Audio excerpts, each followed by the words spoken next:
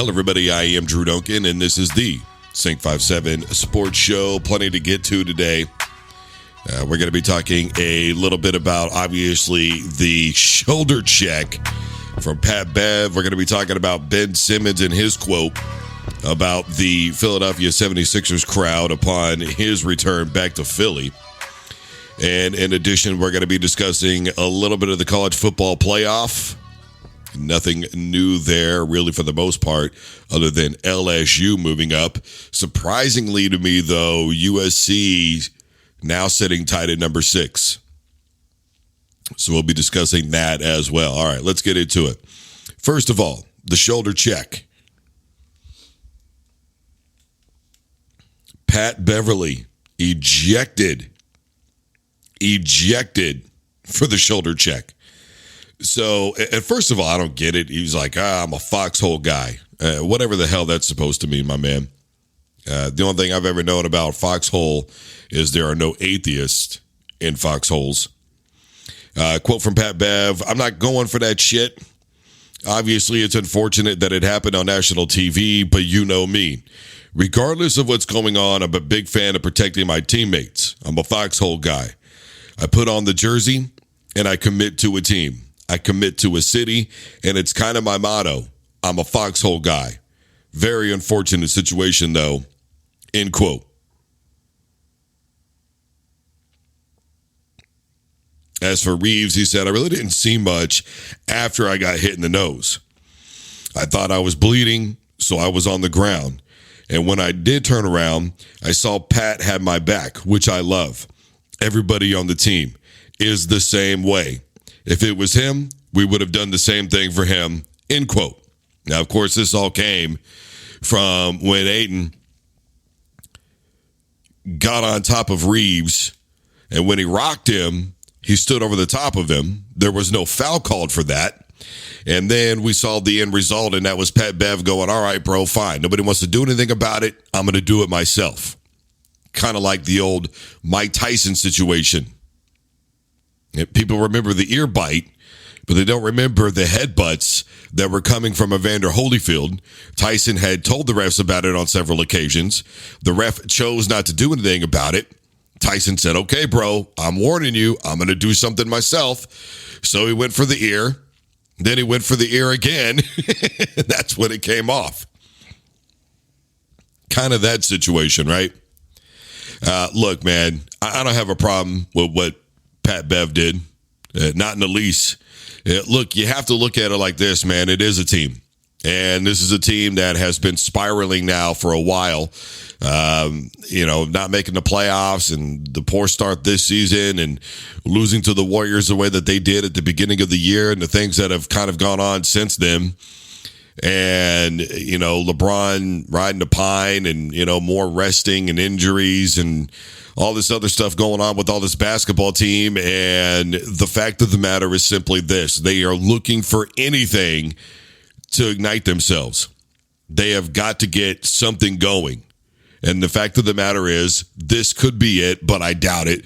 But at least they showed some sort of emotion for each other. The foxhole thing, whatever the hell, bro. But as far as everything else goes, I am 110% in the corner of Patrick Beverley. And you could say what you want, but, as I've pointed out many a times, it's two grown men. It's grown men out there playing the game, guys. Tempers are going to flare. It's not going to be a perfect world. And I know a lot of you think that in that situation, you wouldn't do anything and everybody's got to, quote, rise above and be better and all that. It's just really bizarre to me how much reverence is talked about with things like what we saw with Kareem Abdul-Jabbar back in the day, where he got popped in the stomach and then he just, whoa, right hook, bro. An all the way around swing. All the grimy play that we saw from the Pistons back in the day, from the Celtics back in the day. People say, oh, that's basketball. And then we see remnants of that in today's basketball game. And all of a sudden it's, well, there's just no place for that. You got to figure out what you want, my man. You got to figure out what you want. The fact of the matter is, a bunch of grown men were playing a heated game of basketball. And that was the result. And to me, if I'm a Lakers fan, at least they showed some sort of gumption out there instead of just laying down and taking it. That's how I look at it. By the way, the Suns won that game 115-105. LA now 5-11 on the season. The Phoenix Suns continue to have a pretty good season to start out with, 11-6. Look, the Suns have been doing this all season, right? This isn't the first time. The game against the Golden State Warriors, weren't there more techs in that game than any game in the history of the NBA? The Suns are out for blood this year. And they are trying to establish themselves in a way that I don't think we've ever seen before with this particular group of guys. I think they have come out this season and said, you know what, we're going to be physical. We're going to be intimidating. We're going to get in your face. We're not going to play this mamby-pamby crap. And we're going after everybody. We are putting ourselves in a situation to where by the time the playoffs get here, and they clearly believe that they will be there, there is going to be that intimidation factor of you're going to have to be ready to play physical, intimidating basketball right back. And the Lakers at least showed that they're not going to stand for it. They may have lost the war because they lost the game, but small battles are won here and there. And I think if other teams see this, they may go, you know what, Phoenix may have won that game because LA's situation is what it is, but we're a better team than that. You know, the Golden State Warriors thing really, I think, set the tone for the Phoenix Suns for the entire season. This is how teams view them now.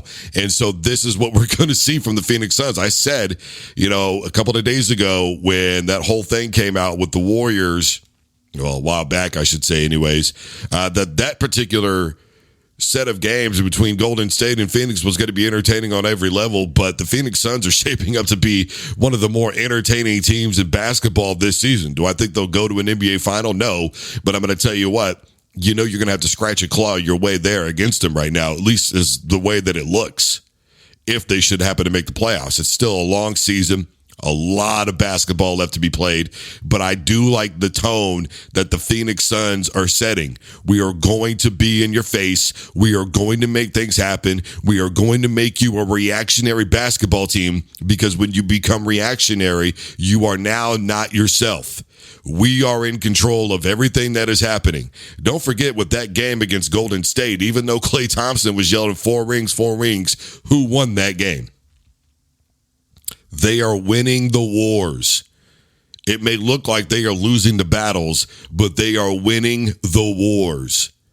And that is what is going on with the Phoenix Suns right now.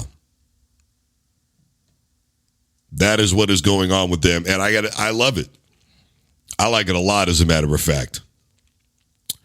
All right, next, 76ers. A little bit to get to there. Obviously, Ben Simmons, the chance from the crowd at the free throw line, made his free throws, but they lost, although they've won 5 out of their last 7 now. Philly, not the best team in the world coming in. Neither is Brooklyn. But let's keep it 100 here. Ben Simmons said, I thought they were going to be louder. And, I'll be honest with you. I thought it was something that was kind of overblown myself. I'm sitting there, I'm watching this, and I'm thinking, all right, they're loud. They're hitting, giving them a little bit of the business. But it's not like a hostile environment or anything. I really thought that, Ben Simmons handled it about as well as he could. And, you don't expect a lot from Ben Simmons. Okay? Let's just be honest. You don't expect a lot from Ben Simmons. He led the team in rebounds. What was it, 7? But, outside of that, what did he even really do?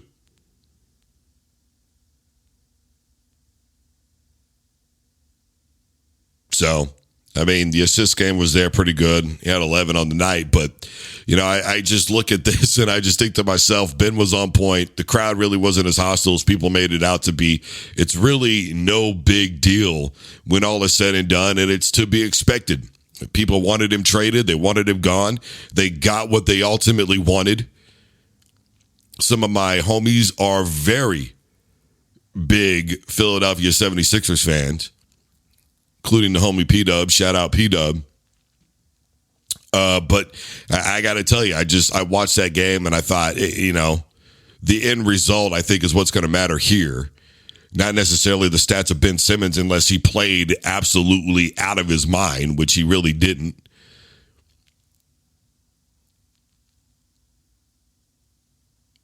Sixers won. Nets lost. That about sums that up. All right, let's get into a little bit of college football here. The CFP, nothing new going on. Nothing new. All right.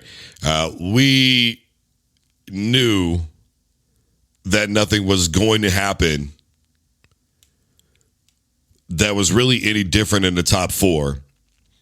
A lot of people surprised by LSU sitting at number 5, and they're citing SEC bias. And again, I don't have a bias towards any one conference. I do believe that the SEC West has been the best subdivision in all college football for a long time standing now.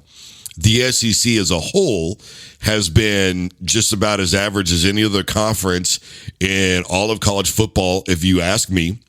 But this season has shown so far the SEC dominance. Again, and I have said this repeatedly, but if you're listening for the first time, Florida beat Utah handily, mollywopped them, dusted them, wrecked them, whatever you want to say. It was not even a close game. The result was Florida being a little overrated. Actually, very overrated. What we saw thereafter was Florida, a very mediocre season. Utah has gone on to win some football games, including the one win or the one loss that USC has, which we'll get into that here in a sec, because to me, that just doesn't look good for their resume. Alabama beat Texas, albeit not the best Texas Longhorns team in the face of planet Earth. But Texas has won some games this year. Obviously, they've had some issues with quarterbacking and all that because of injuries and all those things. Alabama probably should have lost that game to Texas. Be that as it may, they did get the W. So again, an SEC team over a, quote, Power 5 conference football team. Then you continue to go down the road. Yes, LSU lost to Florida State. Yes, LSU had some bad losses to start the season. But since then, they have had really good wins for the most part. For the most part. The Florida game, to me, doesn't really sit well. But when all is said and done, you look at what LSU has done on a whole, and you look at the SEC and what they've accomplished in beating other teams. Again, Georgia meleeed Oregon. Oregon has gone on to have a pretty good season.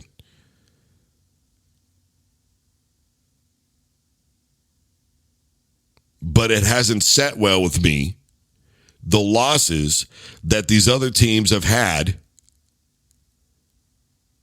In terms of, you look around and you see LSU, to me, the one defining loss would be Florida State.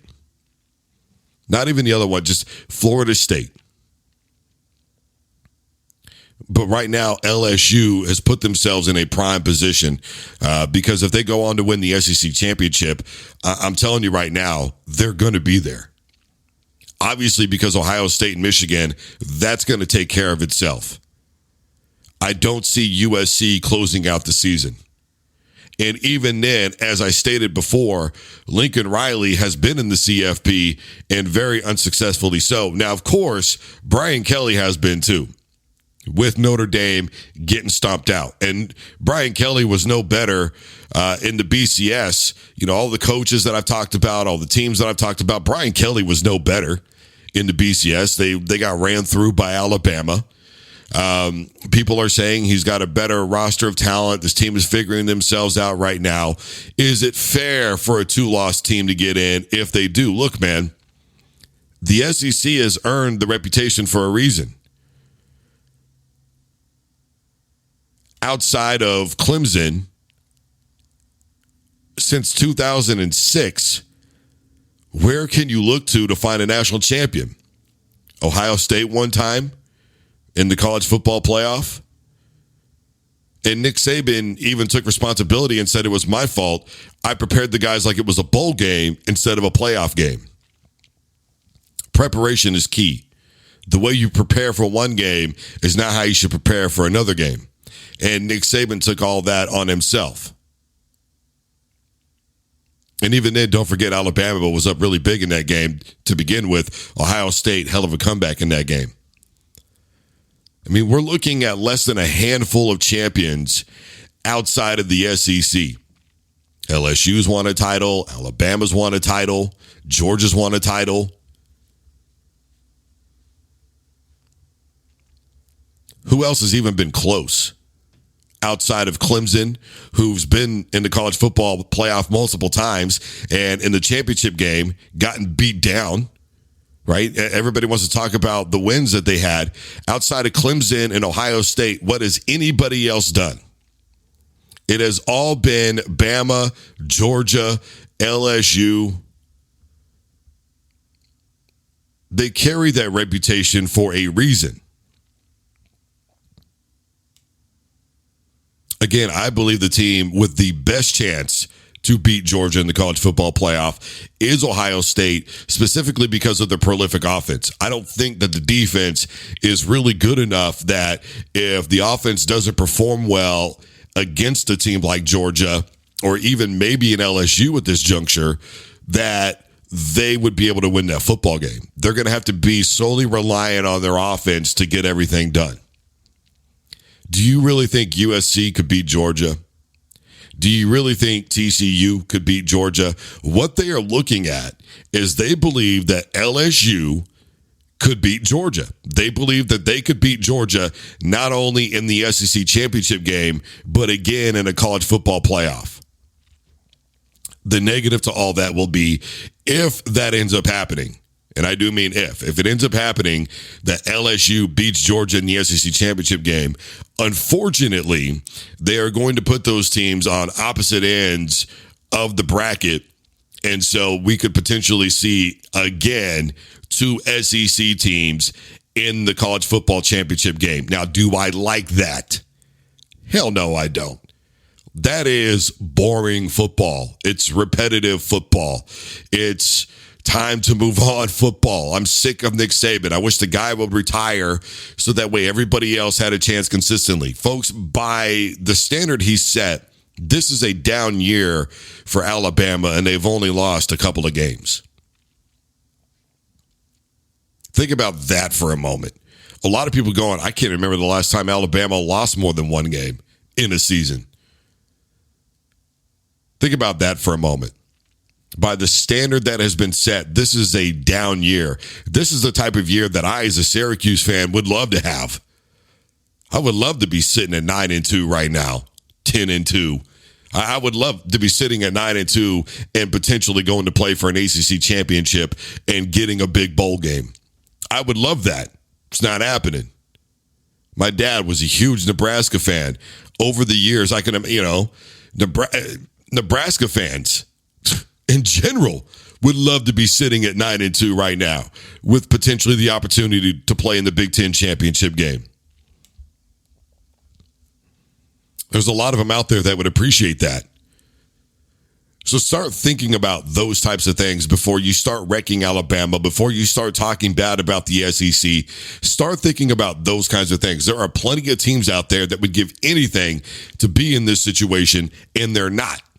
They're not because, for whatever reason, the standard is not the same. Down in the South, they demand great coaching, great players, big games, big situations. You saw the meme. We don't rush the field for regular season wins. Think about that. You got to understand that Tennessee acted like when they were 8-0 and that win over Alabama was the equivalent of winning a national championship. First of all, that's, again, the standard that Nick Saban has set at Alabama. Secondly, that's how bad it has been for the Tennessee Vols. Think about that. Think about how happy a lot of those fans are to just be sitting where they are right now. Finally winning more than 5 or 6 or 7 games. Years ago, Tennessee started out 7-0. They were living on the edge the entire season, and then they dropped, 4 games in a row? Much like Syracuse this season. As far as USC goes, I don't like their loss to Utah. Again, Utah beat by Florida. I don't like the struggle with UCLA. I'm not sure that I like them to win a Pac-12 championship game, regardless of who their opponent is. And if they're able to sneak in to the college football playoff, which is very conceivable at this point, given the ranking that the committee has given them, obviously placing them above Clemson, they're the ones with everything to lose right now. If they're able to win out, all it takes is LSU slipping up against A&M this week or losing in the SEC championship game, and they're in. They're in. But I don't see them beating Georgia. I don't think that they could contest with Ohio State. Offensively, they might be able to. Defensively, they certainly cannot. You damn sure don't want to get into a scoring fest with Ohio State. And then you look at if Michigan is able to pull it off, I think that they could beat Michigan, just being honest with you. If Michigan beats Ohio State, I'm going to call that a miracle, just because offensively they're really a one-trick pony, and that's the running game. And right now, their guy is injured. Defensively, they're phenomenal, but I just don't think offensively that they have enough going on, especially with McCarthy at quarterback. I'm just not really sure that I trust him to get it done in big game situations when everything is on the line. I guess obviously we'll find out this weekend against Ohio State, but I just don't see Michigan winning that football game. Ohio State is the Big Ten's best chance to win a natty this year. I don't see Michigan being able to do it. If they get there again, I think it's the same result as what we saw last season. Finally, you look at, the Big 12, TCU, they could close out, probably going to end up having to face Kansas State again in the Big 12 championship game. They've already struggled way too much for me. You're not going to be able to be down by 30 against Georgia or Ohio State or hell, even USC for the most part. I mean, obviously USC blowing that lead to Utah, but and come back and win. I just don't see it. They could potentially against USC, but against other teams like Ohio State and Georgia, it's just not going to happen. So should they make the college football playoff, it's really all going to be about where they are to start with, right? It's all going to be about where they are to start with. But I got to tell you, Ohio State, I don't think would lose their 2 ranking. I think at best, USC would probably be a 4 if TCU is able to win out. TCU moves up to a 3. We end up seeing Ohio State and TCU, Georgia and USC. And I got to tell you, I think Georgia wins over USC 9 times out of 10 by more than 30 points. Easily. And Ohio State and TCU could potentially be a huge offensive matchup. I really believed for a long time that TCU had the best defense in all the Big 12. But as the season has gone on, clearly a little bit of an overrated defense. And then again, like I also said, having the best defense in the Big 12 is about like having the best defense in the Big 12. Ohio State hasn't really seen a lot of competition. Obviously, as I've reiterated several times over, the win over Notre Dame continues to look really good for them. If something should happen and they slip up in the Big Ten championship game, because again, I think they'll get past Michigan, they're going to need Notre Dame to beat USC, not only to make sure that their spot is solidified, but also because that win over Notre Dame will continue to make them look better. as the season has gone along, Notre Dame's obviously big marquee win over Clemson. And I think that game would look better for them. And plus, it would for sure take USC out of the running. Now, probably it would, boost up, a Clemson or somebody like that. But I got to tell you, I just don't think that this season has gone the way a lot of people. I really believe that there was a possibility we could see 3 teams from the SEC in. The 12-team college football playoff cannot come quick enough. And again, I've said 101 times over, you shorten the season, you make it a 16-team playoff, and you have better scheduling, I think, out of conference that way, and you use the Gator Bowl, etc., as a way to use the playoffs. You make the money twice on those things, but what the hell do I know? I'm just some guy sitting behind a microphone somewhere. But be that as it may, again, not a lot of shake-up room, but this weekend could definitely shake things up. The team with the most to lose right now is USC, believe it or not, because they are in a position that, to me, they should not be in. I think their 6th ranking is very high. I'm not really sure that they will survive in the Big Ten. I don't like the move to the Big Ten. I think it's just too much traveling back and forth with the kids. I think you don't give yourself the best opportunity to win that way. If you don't believe me, ask West Virginia about that, about what they've done since they've been in the Big 12. It's one thing to travel out for, one game or something like that at the beginning of the season. But then when you're way out of your region every other week, that makes things a little bit more difficult. And it's going to make recruiting a lot harder, too, I think. Even with the NIL deals, even with the sunny beaches and, the girls in bikinis and all that stuff that, all the things to do that are out there in California, I really believe that the move to the Big Ten is going to make it ultimately harder for them. You still have Ohio State, you got Michigan, Illinois right now with Brett Bielema. I mean, look at what Tommy DeVito is doing over there since he left Syracuse, right? I mean, look at it. For a while there, he was the number 1 passer in all the Big Ten. You got Chase Brown over there having a hell of a season. He's probably going to end up in the league. So Illinois is kind of creeping back up into that area. You've got Indiana that's been kind of hit and miss. They've had some great things happen, but they've also had some really bad things happen. Again, their quarterback moves on, right? Goes to the Pac-12 and does very good for himself. But, the fact of the matter is I don't like USC being able to contend with the physicality week in and week out in the Big Ten with all that travel time. To me, that's a bad move, but again, what the hell do I know? So there it is, your college football analysis. USC in a much better situation they should be, I think, to me, is the point of that. Quick little recap here. I don't have a problem with Pat Bev. Do your thing, bro. Stick up for your teammates. One guy wants to get physical and aggressive and play the intimidation game. 2 to tango, amigo. More than one guy can play that game, I'll tell you that much. Ben Simmons says, hey, I thought the crowd was going to be a little bit louder. Well, I did too. I'm watching the game full blast. I'm just, okay. Really wasn't that ruckus to me, but, is what it is. Ben Simmons, again, 11 assists. The point is, the Phoenix Suns end up winning that game against LA, and 76ers win against the Nets. So there's that for you. College football playoff. LSU, I don't think, beats Georgia and doesn't end up in the college football playoff. Even with somebody slipping up like a TCU or, Ohio State, Michigan, both simultaneously, whatever the case may be, I still don't see them getting in. I think the SEC championship game lost, sets them back a couple of paces, moves up USC, and then somebody else on the outside looking in. USC is going to have to be very dominant to assure their spot over anybody else.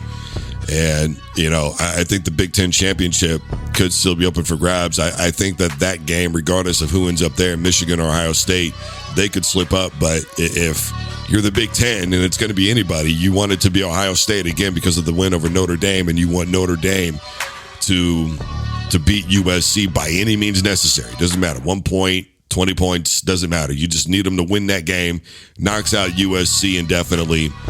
And that'll be that. So my name is Drew Duncan. I am wherever you listen to the podcast. Sync 57 Sports is on iHeart, iTunes, Spreaker, Google Podcasts, Deezer, et cetera, et cetera. I am wherever you are listening to the podcast. And as always, stay safe. Take care of yourselves.